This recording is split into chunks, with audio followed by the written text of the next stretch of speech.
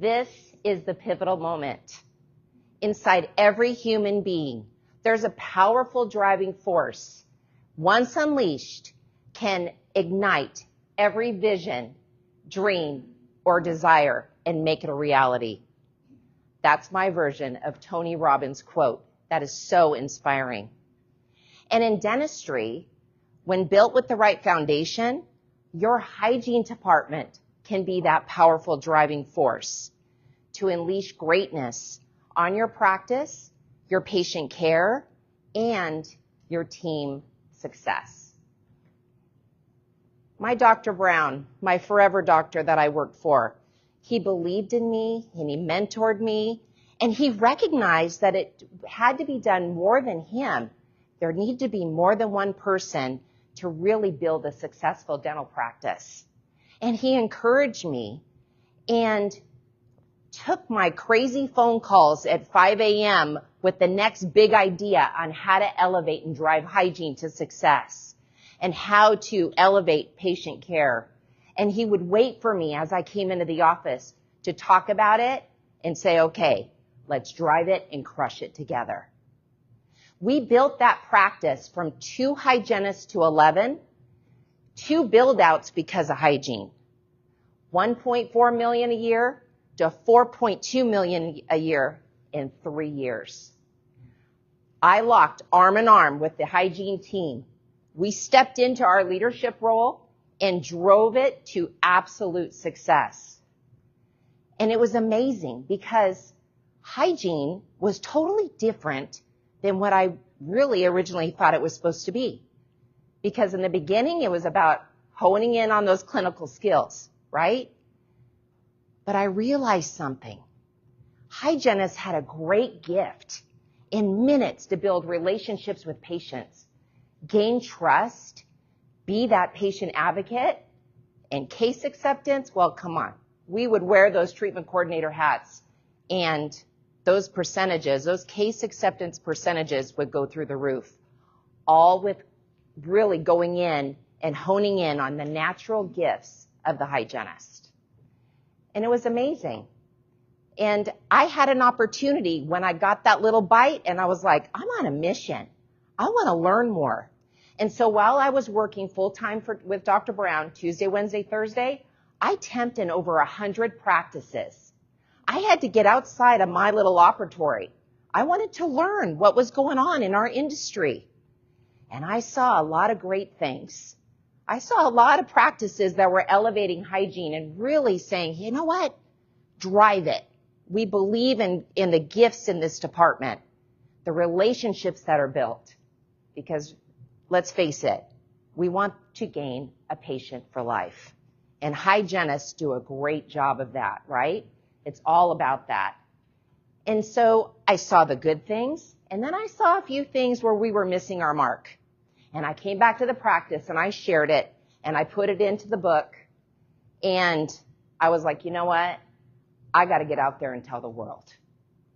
So now we've developed a framework, Hygiene Mastery, Soaring to Success with the Power of Hygiene. It's all eyes on hygiene, guys. And, you know, when we go into practices and we start talking about the real power of the hygiene department and how it doesn't have to be all on the doctor. Let the team lead it, right? The hygiene team. It starts with a foundation. And there's 3 steps that we start with. Like on day 1, when I'm working with teams, we start with the 3 steps. Number 1, it's all about that mission statement for the hygiene department. What's the purpose? What's the why? Number 2, it's having calibrated diagnostic and perio assessments. We all got to be on the same page.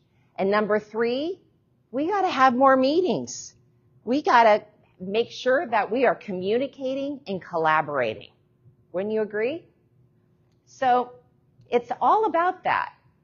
When we're crafting this mission statement, it gives the team a purpose on their vision. When they're showing up that day, what it is, right? And what did Simon Sinek say? People don't care what you do. They care why you do it. You give them a feeling that day, right? And they know that you have a passion for what you're doing, and that's what they're bought into. And that's what makes them continue to come back. So the mission statement, we have to get together as a team and write one for the hygiene department and post it everywhere and be proud of it and live it every day. It gives us meaning and purpose.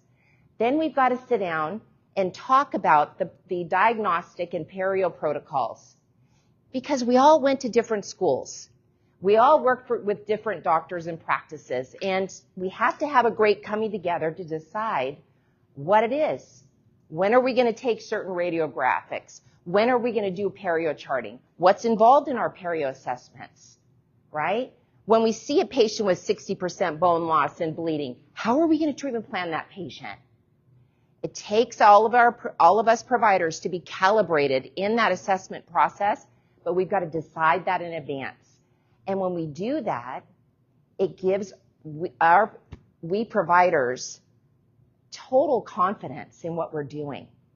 The patients trust us because we're all speaking the same language, right? And no matter who sees that patient, they're going to do the same service for that patient. And that's what it's about, calibration.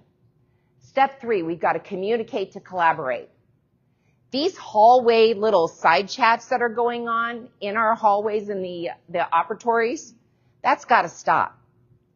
We've got to make sure that we're having intentional meetings where we're giving each other feedback, working on case studies together. Our doctors are such great teachers, showing us different restorative case studies, and we all sit down and we talk about, and then also making sure that we're all calibrated on our treatment planning for perio. We've been known. We pull out a chart and say, okay, how would you treatment plan this patient? And we all talk about it, so that way we can make sure that we're calibrated in our approach and that we are using the same common language and that we're communicating with synergy so the patient better understands and trusts what we're talking about. So this is the pivotal moment. This is the pivotal moment to adopt the foundation, the 3 steps, mission statement, calibration of protocols, right? And having intentional meetings. And I always say once a month, a power hour, 1 hour, dentists and hygienists getting together and talking about all of the beautiful things that are happening in the practice, anything that might need a little tweaking, right? Because systems and operations, sometimes we got to tweak them.